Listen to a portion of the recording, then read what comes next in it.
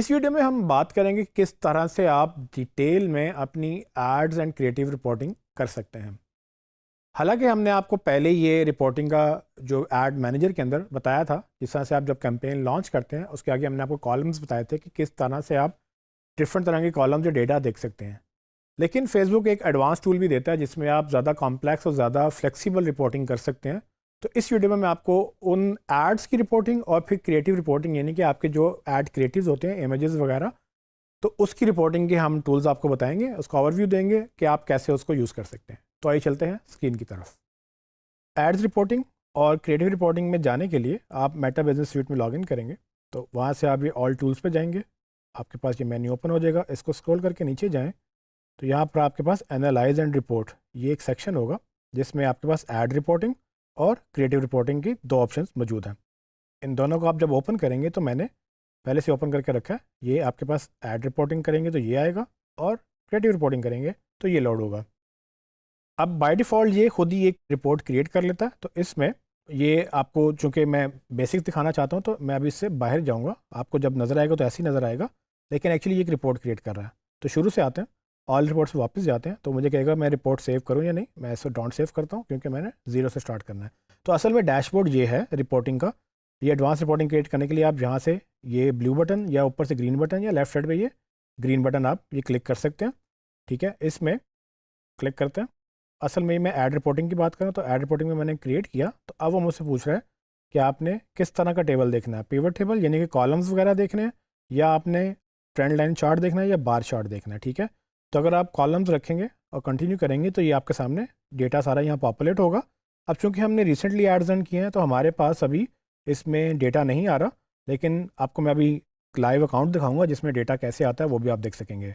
But आपको layout में समझा दूँ तो ये जो टेबल है आप देख सकते हैं कि इसमें यहाँ पर नीचे डेटा आएगा। आप राइट साइड से नेम ऐड करना चाहें तो वो नेम का कॉलम ऐड हो गया, आप पेज का नेम ऐड करना चाहें तो यहाँ पर पेज का कॉलम ऐड हो जाएगा। और इसी तरह से अगर आप नीचे जाएँ तो आप कैंपेन आईडी और ऐड आईडी वगैरह सेट करें तो आपको यहाँ पर ये स्क्रॉल करेंगे तो देखें यहाँ पर वो चीज़ें ऐड हो जाएंगी। ठीक है, नीचे टाइम आपने ऐड करना है, जैसे आपने दिन बताने, डे का आपने सेलेक्ट कर लिया तो वो देखें यहाँ डे का कॉलम आ गया, ये कैंपेन आईडी वगैरह पीछे आ रहा है उसके। और इसमें अगर आपने जैसे जेंडर, एज और ये भी चीज़ें ऐड करनी है, देखें वो एज, ये एज का कॉलम भी क्रिएट हो गया और इसके बाद ये जेंडर भी, शायद आप ये देखें जेंडर का भी कॉलम क्रिएट हो गया। तो ये कस्टम रिपोर्टिंग के लिए बहुत फ्लेक्सिबल है। इसी तरह से हमने जब क्रिएटिव रिपोर्टिंग का टैब ओपन किया तो आप देख सकते हैं कि यहाँ पर भी मुझे एक रिपोर्ट फॉर्मेट में वो ले आया। तो बेसिकली ये एड रिपोर्टिंग का ही पार्ट है, लेकिन इसमें सिर्फ एक चेंज आ रहा है, वो ये कि इसने यहाँ पर पहले ही क्रिएटिव सिर्फ सेलेक्ट किया हुआ, बाकी सारी चीज़ें डिसेबल कर दी।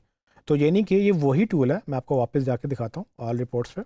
इसको डोंट सेव करें तो आप देख सकते हैं कि ये वही एड रिपोर्टिंग का ही टूल है, लेकिन फेसबुक यहाँ पर हमें सिर्फ क्रिएटिव रिपोर्टिंग का एक अलग शॉर्टकट दे रहा है, जिसको आप क्लिक करने पर होता क्या है कि वो डायरेक्ट आपको उस रिपोर्ट फॉर्मेट के अंदर ला के सिर्फ क्रिएटिव का ये एलिमेंट ऑन कर देता है, जिससे आप सिर्फ क्रिएटिव की आगे स्टैट्स निकाल सकते हैं। तो इट्स द सेम थिंग। अब मैं आपको एक एक्चुअल लाइव अकाउंट दिखाता हूँ जिसमें ये डेटा जब फ्लो होगा, जब आपके रिजल्ट्स आना शुरू होंगे तो आपको नज़र आएगा ये कैसे होता है। ठीक है, तो उसके लिए हमने एक और अकाउंट यूज़ किया। तो पहले मैं आपको ऐड रिपोर्टिंग दिखाता हूँ। ये हमारा चूँकि क्लाइंट का अकाउंट है तो हमने ब्लर किए चीज़ें। तो इसमें आप देख सकते हैं कि एक्चुअल आपको लाइव डेटा नज़र आ रहा है, जिसमें कैंपेन का नेम, एड सेट का नेम, एड नेम और उसके बाद पेज का नेम। ठीक है, यहाँ से आप चीज़ें, जैसे मैंने पहले बताया था, यहाँ मज़ीद भी आप एक्टिवेट कर सकते हैं। उसके बाद नीचे वही चीज़ें राइट साइड पे आ रही हैं। जैसे जैसे आप यहाँ पर जो जो डेटा एक्टिवेट करेंगे उसके यहाँ कॉलम्स बनते जाएंगे, और इसको बआसानी आप यहाँ से बटन दबा के टॉप से यहाँ पर आप क्लिक करेंगे तो आपको रिपोर्टिंग के लिए ये डाउनलोड की ऑप्शन देगा। रॉ डेटा में आप, मतलब एक्सेल डेटा में आप इसको डाउनलोड कर सकते हैं या इमेज के भी फॉर्मेट में डाउनलोड कर सकते हैं। इसको ऑफकोर्स आपको नाम देना होगा और इसको आप सेव भी कर सकते हैं। जब आप इस किसी भी रिपोर्ट पे होंगे तो उसकी रिपोर्ट में टाइटल में जाके आप इस रिपोर्ट को अगर बारहा यूज़ करना चाहते हैं तो आप उसको सेव भी कर लेंगे। अच्छा, अब जब हमने क्रिएटिव रिपोर्टिंग क्लिक किया तो उसमें बेसिकली जब आप वो क्रिएट करेंगे तो उसमें भी आपके पास ऐड क्रिएटिव वाली ऑप्शन आएगी, जिसमें सिर्फ इमेज या जो भी क्रिएटिव आपने यूज़ किया वो डेटा लिस्ट हो जाएगा। क्रिएटिव रिपोर्टिंग के लिए हमने थोड़ा सा फॉर्मेट डिफरेंट किया। पहले हमने पिवट टेबल किया था, यहाँ पर हमने बार चार्ट किया है। तो आप देखेंगे यहाँ पर कि बार चार्ट का रिजल्ट आपके सामने ये कैसे आ रहा है। ये बेसिकली क्रिएटिव रिपोर्टिंग ही है, लेकिन इसमें उन्होंने थोड़ा सा वो हमने चार्ट चेंज कर दिया है। इसमें अगर आप जेंडर ख़त्म करेंगे तो देखिए नीचे यहाँ पर मेल फीमेल वो गायब हो गया। अगर आप यहाँ से इंप्रेशंस गायब करेंगे तो वो कॉलम ख़त्म हो जाएगा। आप फ्रीक्वेंसी ऐड करना चाहते हैं तो वो देखें फ्रीक्वेंसी का कॉलम ऐड हो चुका है। तो ये आपके पास डिफरेंट चांसेस हैं कि आप अपनी रिपोर्टिंग को फ्लेक्सिबल बना सकते हैं। और अगर आपने फॉर्मेट चेंज करना है तो जहाँ से आप देखें ये बार का, पिवट का और ट्रेंड का, आप इसी को ट्रेंड में भी कन्वर्ट कर सकते हैं। तो आप डिफरेंट तरीके से रिपोर्टिंग को बेहतर बना के अपने क्लाइंट्स को रिप्रेजेंट कर सकते हैं। जी ट्रेनिंग्स, तो आपने देखा कि किस तरह से हम एड रिपोर्टिंग और क्रिएटिव रिपोर्टिंग फ्लेक्सिबली कर सकते हैं। आगे चल के मैं आपको मज़ीद एनालिटिक्स के टूल यानी कि इनसाइट्स के बारे में बताऊँगा।